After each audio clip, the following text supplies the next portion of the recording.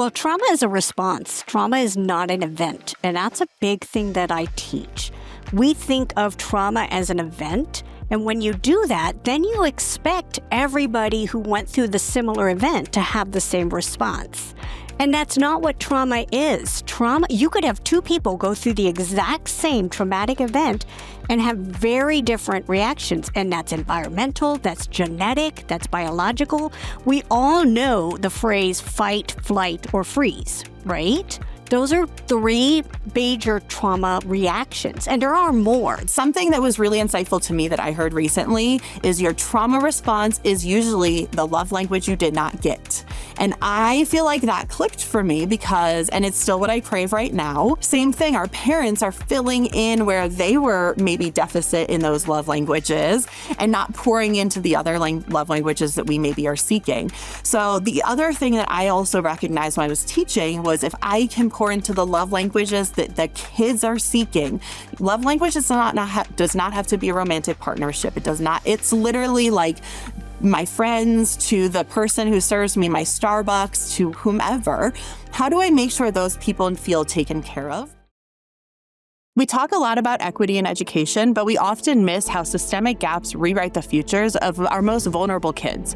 I've seen students labeled as disruptive for trauma responses or foster youth shuffle between schools, losing credits and hope. These aren't just bureaucratic failures, they're survival traps disguised as policy. And those traps have lifelong consequences. The stats don't lie. Only about 50% of foster youth graduate from high school, and less than 3% earn a college degree. I've sat with foster parents who have fought for IEPs for years, and teachers who have watched bright kids slip through the cracks that no one taught them to see. A common thread, a system that says, we'll care for you, but not enough to disrupt the status quo. Schools make it worse. A child misses class for court and gets marked as truant. Dyslexia goes unaddressed because they'll move again. The lesson, your potential only matters if it's convenient. We pathologize the fallout, calling trauma a behavior problem instead of addressing instability. We punish disengagement, but never ask how to re-engage. This isn't about fixing foster youth. It's about asking who taught you your education wasn't worth fighting for. When a child drops out, it's not because of a lack of resilience. It's more a survival reflex that the system has created. So today we're breaking down how to rebuild futures in a system built to overlook them. We'll cover a few points, including why trauma isn't a behavior problem and how labels like lazy or defiant miss the real story, how to advocate when schools resist, the life-altering power of stability, and lastly, the invisible crisis no one talks about, why quiet foster youth are often the most at risk, and how to spot the differences between easy and emotionally abandoned. To guide us, we're honored to welcome a dear friend and colleague, Sharon Dunlevy. Sharon is an educational advocate, speaker, and relentless champion for children in foster care, with a background in special education and a deep understanding for federal laws protecting foster youth. She trains foster parents to navigate broken systems, fight for IEPs, which are individualized education programs, and ensures kids in the care graduate with dignity, not just a diploma. She's also a fan favorite speaker, a volunteer with undue mindset, and someone who refuses to let "that's just how it is" be the final word for foster youth. Her work doesn't just educate, it disrupts. One policy change, an empowered parent at a time. Sharon, welcome to the show. Thank you. It's great to be here. Yeah, we're excited to have you. Yes, a familiar face. Okay, so before we get started, Sharon, you probably know, especially since you do this volunteerism with us, but there's something that we like to do with all of our guests is we, as you know, I'm on a mission to really destigmatize the human experience, #BeHuman. So we like to share one human moment that has happened to us either this week or in our lives that have really brought us to where we are.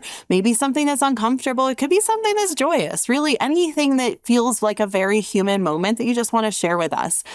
So what are you thinking? Tell us a human moment. So one of the things that I do is I like to offer a free class every month for my foster parents. And I change the theme for different things that they need.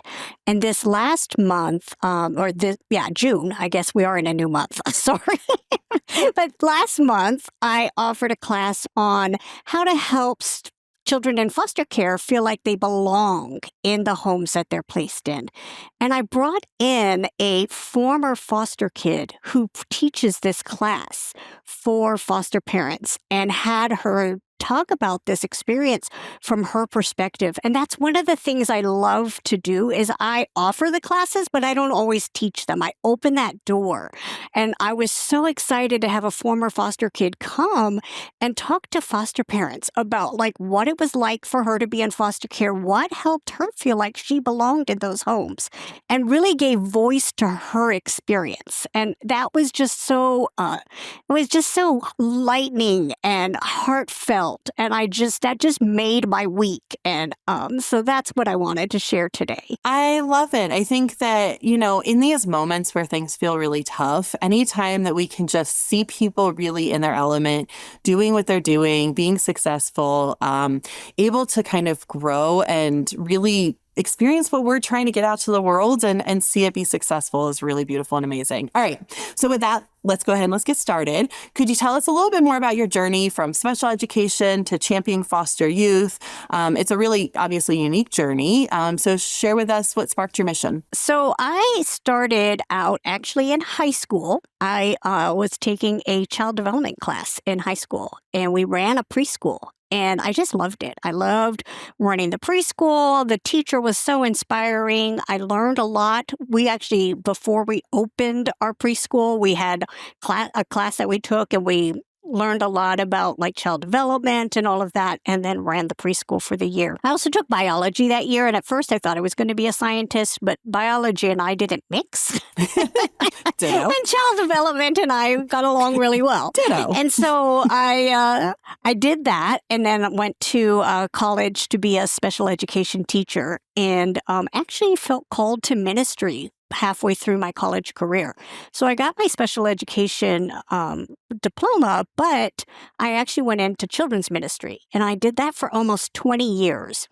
And then some things happened in the church. I wanted to open a special ed ministry at the church, and they really didn't want to focus on that at that time. And so I left the ministry. I left the church ministry. I did not leave ministry. I still see myself as in ministry. I work in the secular world. But because of my special education background, when a position opened up at a licensing agency here in Indianapolis for foster kids, I took the job. And it was basically this educational advocate job. And it was very unique and different. So most states do not have educational advocates for children in foster care on their child services staff, within the licensing agencies. Indiana actually does have child or foster care educational advocates, but there's only like 13 of them for 92 counties. And so my licensing agency was like, we want somebody just for our kids. And I still had 200 kids on my caseload. So can you tell us what exactly an educational advocate does? Yes. So for foster kids, there are specific laws that protect their rights as students. The biggest one is the Every Student Succeeds Act. Before that act, which was put into law in 2016, before that, kids in foster care, if they changed homes, they changed schools. And so if a kid changed homes over and over and over again, they were changing schools over and over and over again. The other thing that happened was if a kid changed homes and they changed schools and they didn't have their shot records or their birth certificate or their social security card, they weren't allowed to enroll. And so what the Every Student Succeeds Act was, it changed those laws. So when a kid changed homes, even if that home was out of district, the school had to provide transportation if they decided it was in the best interest of the child to stay in the school they were in. And then the other thing was, if they do have to change schools, they must be immediately enrolled rather than having to wait on paperwork. So paperwork no longer delayed enrollment. So schools basically, before, a kid not only would be changing schools all the time, but they may be out of school for several weeks while they waited on paperwork to catch up.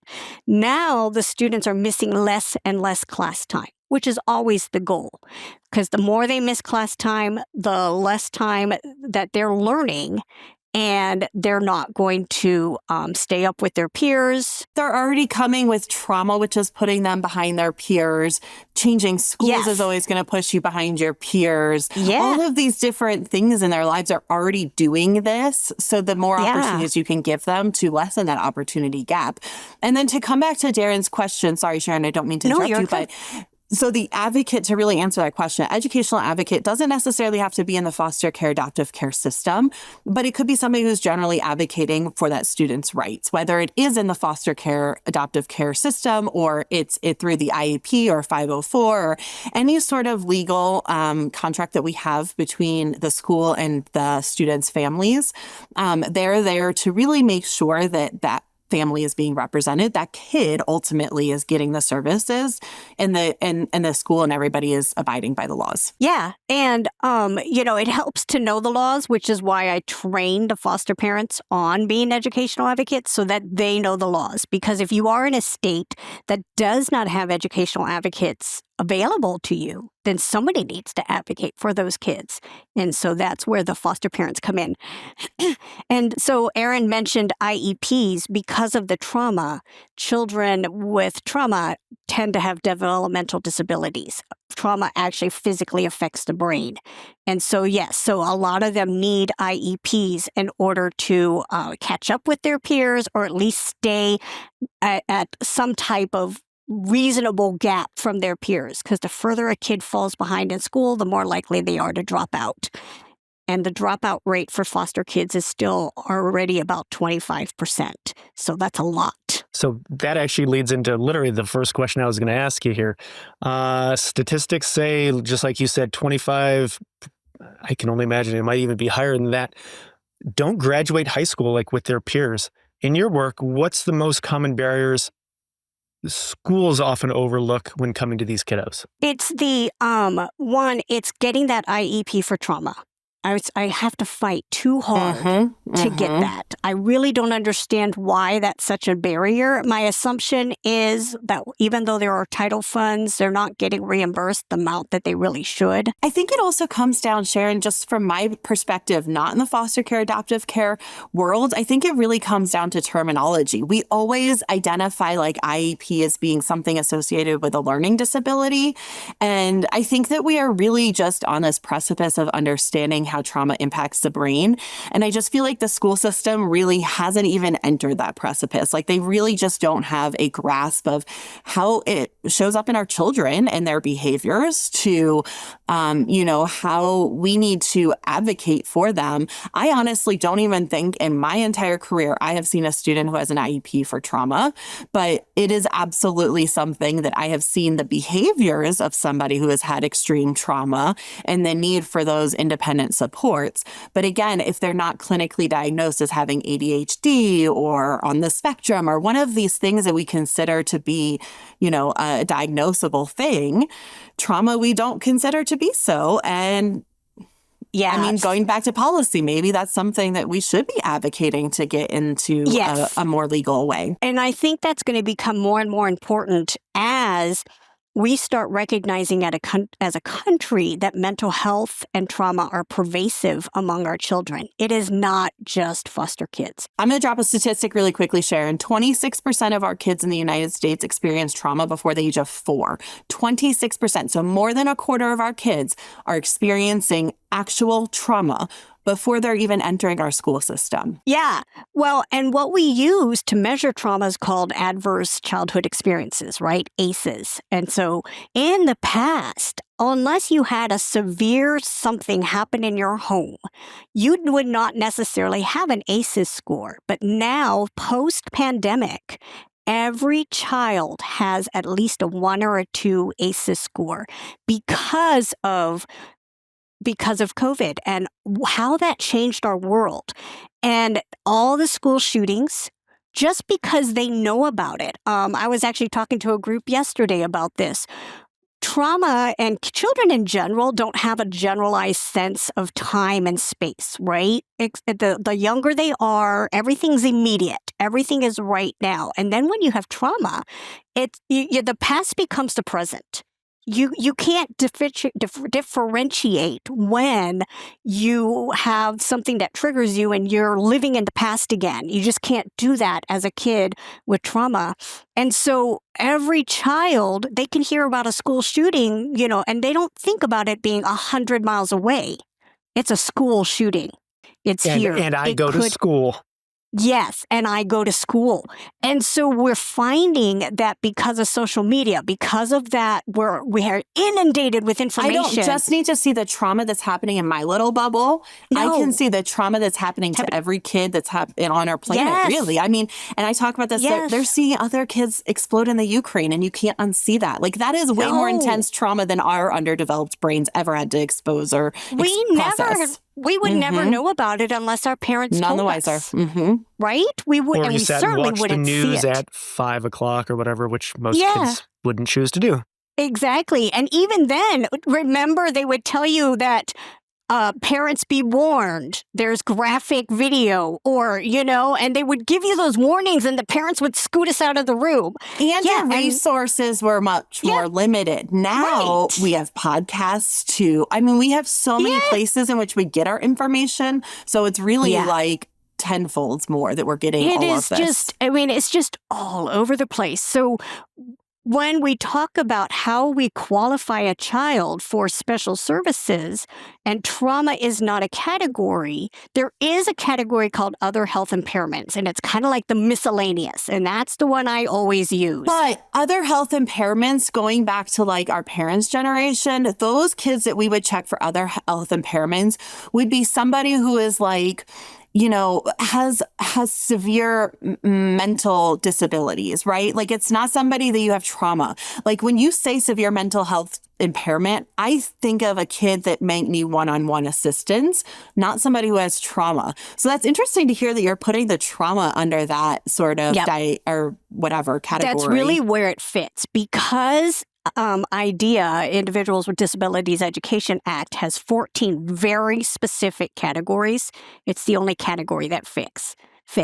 But if they ever reauthorize IDEA, the push will be for a mental health category. Because what about a child who has severe depression? What about a child who has severe anxiety?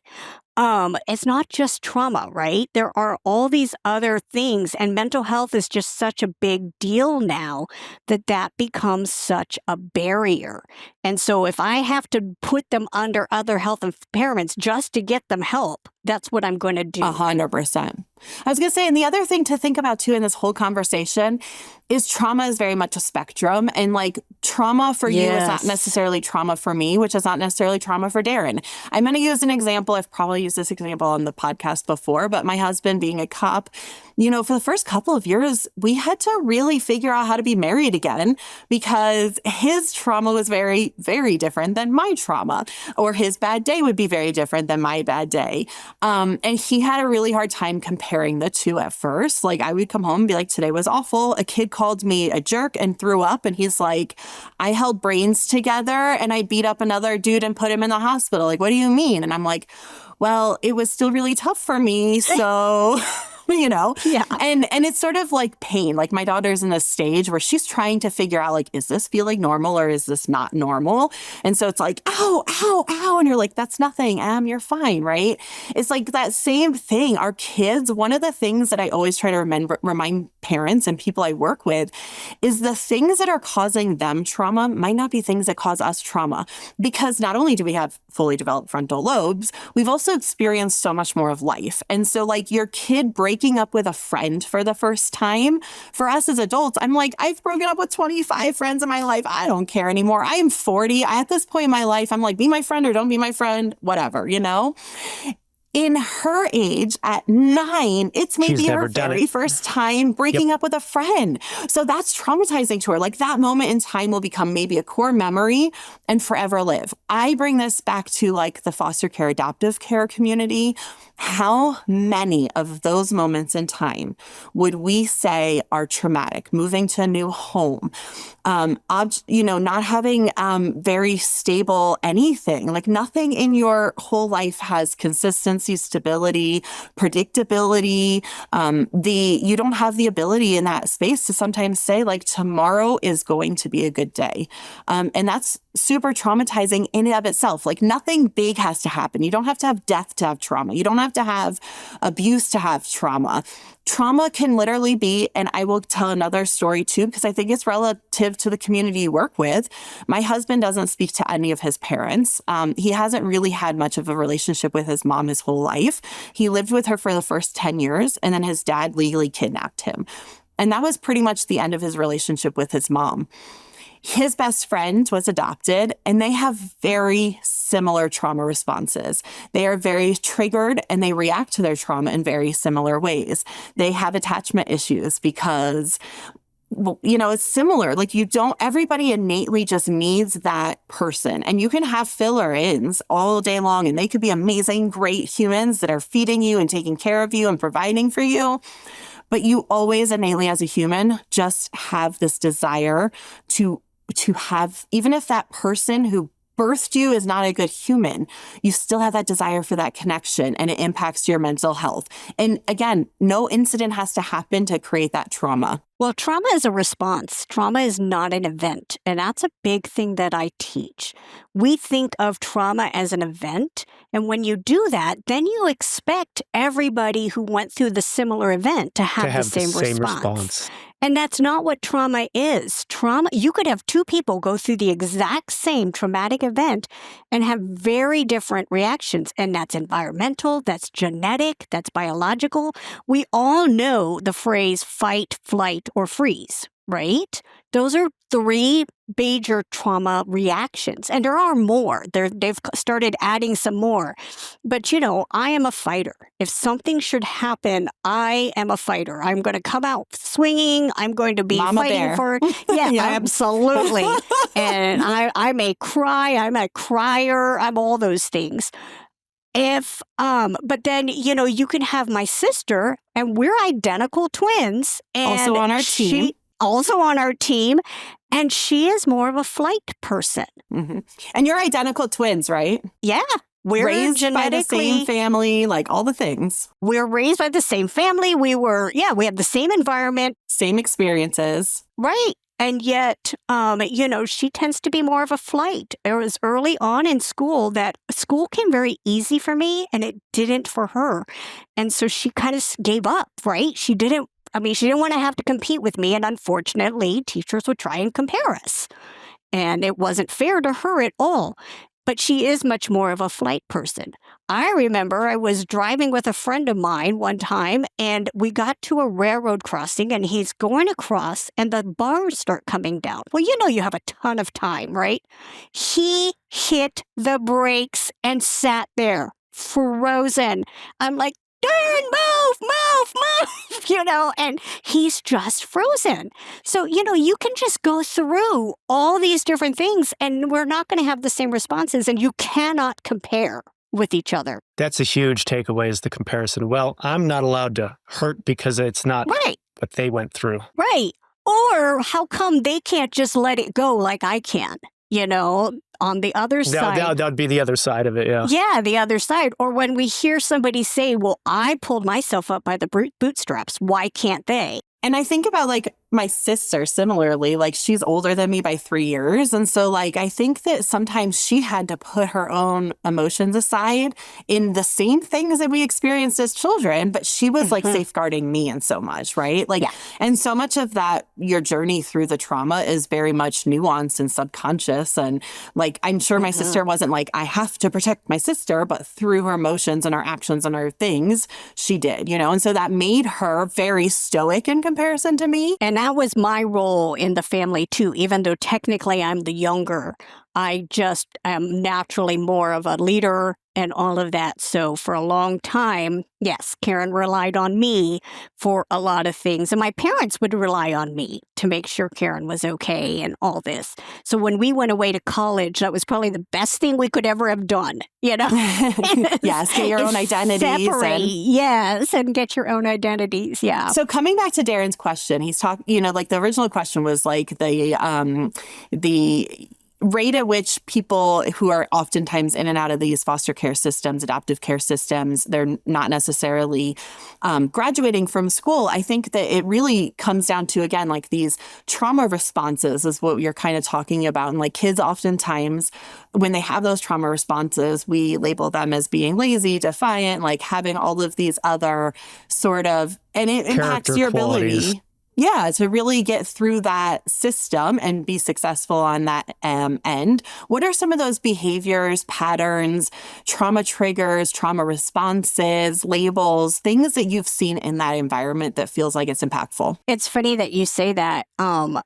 Right now, I have a former foster kid that I helped graduate, and he and I have stayed close since he graduated. He just turned 24, and he's actually up visiting his former foster parents, and we helped transport him. And he and I were just talking about this because he came out of a residential center at the end of ninth grade, and his IEP read how angry he was, and he was dangerous, and got into all these fights and all these things. And the school that we were registering him for in 10th grade didn't want to take him because of that IEP.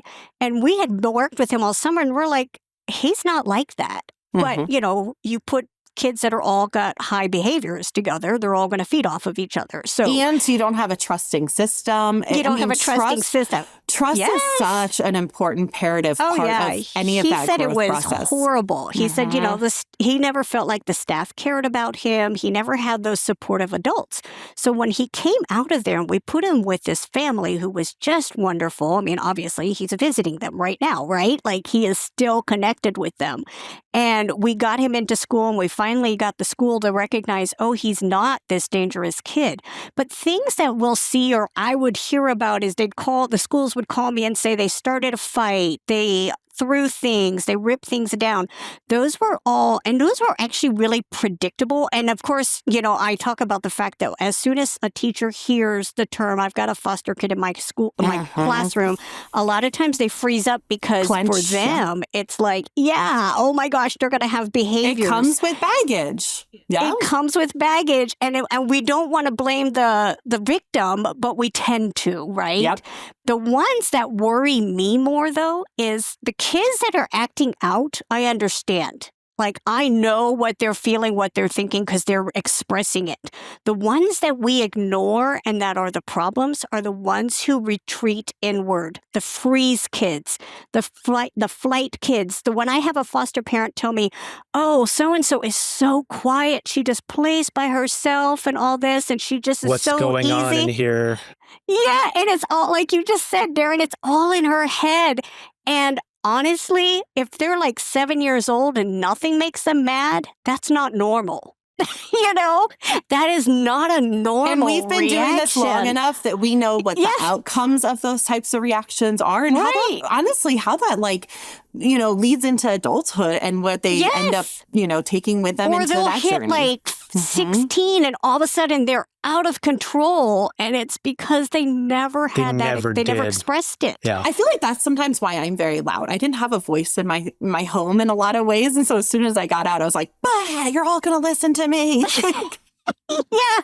So what do you do with the kid who's been labeled on one side lazy, on maybe the other side defiant? Like, how do you help teachers see the difference between trauma and, I know this is a black and white question, and intentional behavior? Yes, because trauma may feel like it's intentional, but it's not, right? They are. And so it is really hard. Or it might be intentional, but it's not the root cause. Yeah. And so that answers Daren's question is, you have to start to think about those root causes. And so a lot of times we want to react to the behavior. And I constantly remind teachers and foster care parents, all of them, behavior is communication. So rather than focusing on, is the behavior bad? Is it good? What was it communicating? What is this child trying to tell you? And you'll start to see a trauma behavior that tends to be more repetitive. So like Erin talked about the kid who gets mad and breaks a pencil. Well, they might do that once, but a kid with trauma, if that is good, they're going to constantly do that, or they're going to constantly be destructive. They're going to be a repetitive pattern of behavior. The opposite, if you've got a flight kid, you're going to have that kid who's constantly detaching, who's constantly not wanting to participate in group activities, who's constantly, and so you're going to have, it takes a lot of work, and that's the hardest part. And I always, whenever I do these things, I always at some point end up saying, I don't blame the teachers, because let's be real. Their classrooms They're are humans. and their classrooms are too crowded. They're already having 7 IEPs out of every 10 student. I mean, they're overstimulated. They're overstimulated. They don't have help in the classroom. If you want to change school culture, we've got to dump more money into schools. We've got to pay our teachers better. We need more access to mental health. We need more access to mental health. Wait, can I say something really quickly, though? Sorry, Daren. Okay, 2 things to what you were just saying, Sharon, and then I apologize, Daren. Number 1 is thinking about Maslow's. So for any adults that are in the world who are dealing with students, period, whether they are kids, whether they're foster care, adoptive care, or just generally having some sort of potential trauma trigger or trauma reaction, look at Maslow's hierarchy and think about what needs they need filled and try to fill them. I have created a food bank at every single one of my schools that I've worked at, because that is such you need a bar. Cool. Like the Snickers commercial was literally my day to day. You're hungry, eat this food. You're hungry, eat this food. You're not actually pissed about that thing. Stop trying to beat up that kid. Eat the food. The second thing I will say too is this has been an eye opener for me as an adult, but you have love languages, right? So some people like to get acts of service. You can get, compliments, presence, quality time, whatever. You can Google it if you're listening and you don't know love languages, Google it. But something that was really insightful to me that I heard recently is your trauma response is usually the love language you did not get. And I feel like that clicked for me because, and it's still what I crave right now.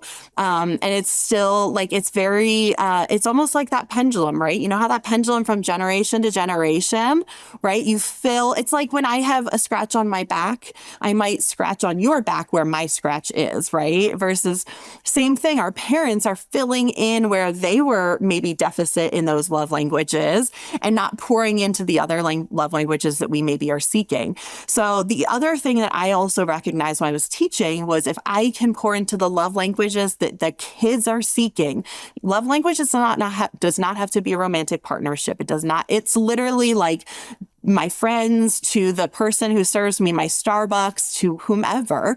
How do I make sure those people feel taken care of? And I would say also kids are really, really aware, especially this generation. So they can usually tell you, like, my daughter can tell you, I am seeking attention right now. Okay, cool. I will give you attention if that's what you need. Like, they know their love languages, and it's easy for us to just pour into those. The thing I was going to say is, Erin, you probably don't know this. I was actually a foster parent in years past. Yeah. So Daren, I'm curious to know, where did that equation, let me know your journey. Tell us a little more. We had all 3 of our biological children, and we were fostering 2 special needs kids. They were at like on the younger end. So younger than your 3? But not, probably 2 and 3. And Bud, my youngest, he's 8 now. He was probably 4 or 5. So, how long did you foster them for? We only ended up doing respite. They ended up actually getting adopted out of the system. So that kind of put the kibosh on that. But just a little tidbit for those listening. I've been there and done that. The other part of the foster care mental health journey that I think is really challenging is I have a friend who actually amazingly adopted 2 babies. One looks just like her, like identical. One looks just like him, identical. Like it's almost weird how much they look like the adoptive parents. But they went through a couple of failed adoptions. They had fertility issues. And so they were already like, again, you talk about this mental health component. There's so many layers of complexity to that mental health journey. And everybody's story is different because it could be something like Daren's situation where you have this established family, But then you also have special needs stuff that makes that mental health journey really challenging, versus like being in love with the idea of a kid, being almost given that kid and then having them taken from you. Or even in your case, Daren, like even if you have that stable family and you don't necessarily, you're not seeking like a new child to your family, but more you want to support this kid in their journey, you fall in love with them. You still care about them. You still, there's so much complexity there. And it's very complex. And that's another reason I feel like foster parents need mental health services. And that's what made me think of saying it is like the parents don't get, sorry, I'm sliding off the screen here. The parents, it's just like the kids get it. It's the parents that it's like, if you're caring, you got to be filling up some way. Like I taught a class a couple months ago on combating caregiver burnout because 37%, at least 37% of caregivers will experience burnout. That's a self-reported number, so I assume it's higher. It's probably more like 2/3 rather than 1/3 because we pour so much out into everybody else. How do we feed ourselves? And if you don't have a system and you don't have support and you don't have access to services, and you can get that kid. I mean, you can be fostering for years and you get that one kid that you cannot connect with. And that is so difficult because you don't want to give up on the kid, but sometimes placements are not a good spot. And then the other thing is you were talking about, you think you're going to be moving towards adoption.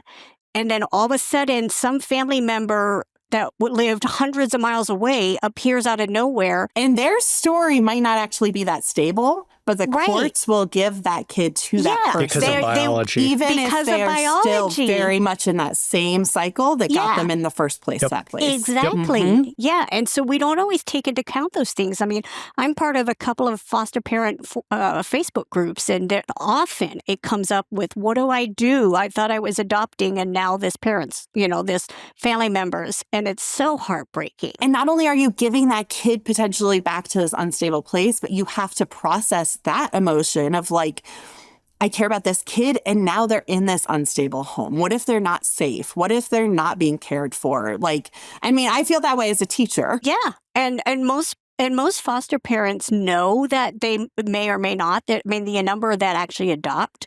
But even though we say that we want reunification, like that's our biggest goal, only 40% of the kids actually get reunified. So those numbers are really low. So, and honestly, if we are working towards reunification, are we giving those parents services? I mean, how many of those kids didn't even need to be removed in the first place? Because if we had helped them at the point of poverty, at the point of job loss. In this conversation, I feel like, Sharon, I have said in my brain, oh my God, if only we had mental health knowledge in that situation. If we had like I've said this probably in my brain 20 times in this conversation that like. But that's what it comes down to, right? If we were to build a system where we could care for our families at the beginning, we always joke, we make it a joke and say, right, I talk about proactive versus reactive all the time, but we joke about the fact that, parents don't get a guidebook before they become parents. But really, is that a joke?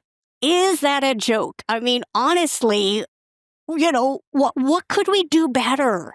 And what could we do to stop those intergenerational trauma that actually happens? And so that you don't take your kids, any kid, whether it's adoptive care, foster, any kid, you don't take their behaviors personally, right? And we can identify oh, they're here. They're not meaning to be like this. I mean, all of us have had that. If you've had kids in your bubble, right? You have had a dysregulated kid where you're immediately as a human yourself is to be like, oh my God, react to it. I'm the dysregulated parent. I mean, anytime I teach a class, you'll always hear me say, and I'm not the best at this. I'm not the best at this. But the more we know it, the more we can identify it, and the more I can, for me, I find I can verbalize. And for my foster parents, what I keep telling them is it's really not about fixing your kids. This is about fixing you and your mindset. This is about you growing as a person. This is about you understanding encouragement and growth mindset and seeing the positive. not spending so much time on punishment, but looking more towards sustainable corrections. Solutions, not Band-Aids. And that kind of goes way back to when we were talking, what do you do when a kid is in your classroom or in your home and they're triggered and, it's a trauma response. And a lot of that is just sitting quietly and listening. Even if they don't want to talk, you're just there. You're Present. just there. Yeah. And not asking them why. That's another one. We always want to know don't why. like the why questions. Yeah. Right? Because they're so accusatory at times. It is. It's very shaming to ask why. Instead, it's like, what can we do different? So Sharon, I've got a whole list of questions I want to go over with you at some point, just I know. out of sheer curiosity.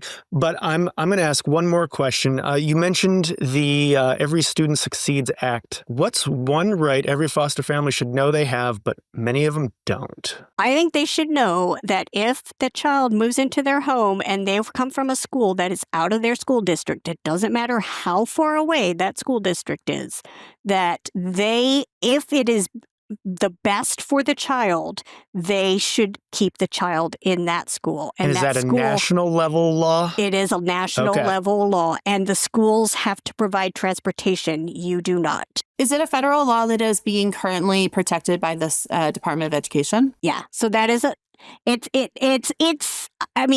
what I keep telling my foster parents is that and the Individuals with Disabilities Act are laws.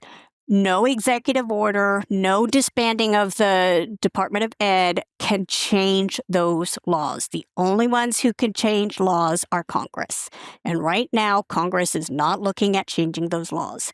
So now, how well they'll be enforced might change a little bit, but technically they are the law of the land. And if that is true, you can take it through the court systems if you need to, because it is a federal law.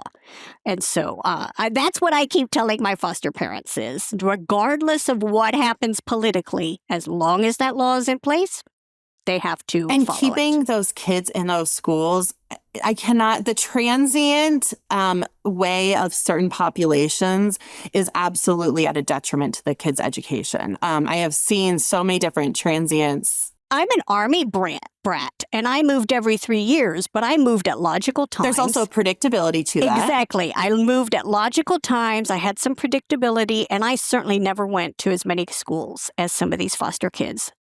I mean, I've heard of students going to 23 different schools before they graduate.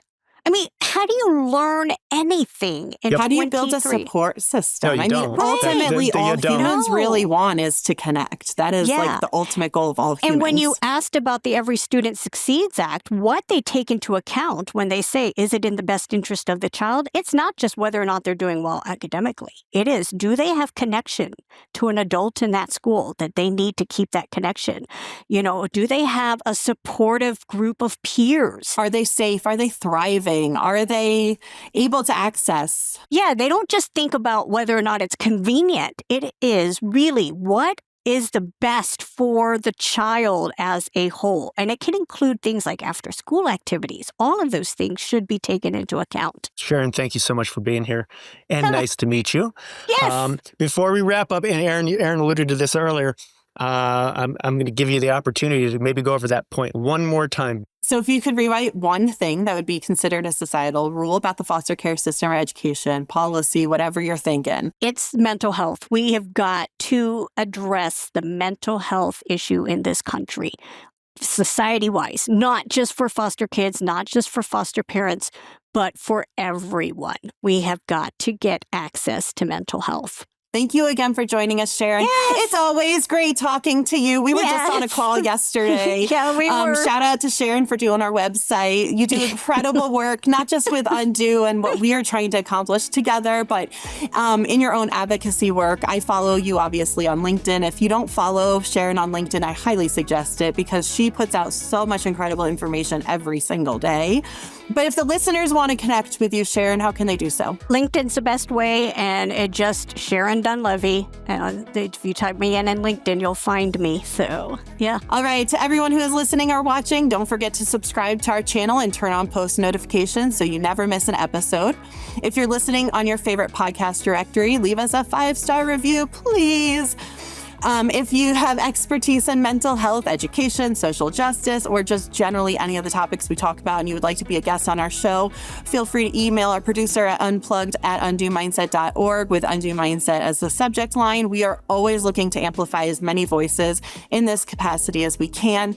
Please don't forget to share this episode with someone who might find it helpful. Getting the word out is one of the best ways in which you can really support our mission and really help us grow. We appreciate it and we thank you so much. Take care.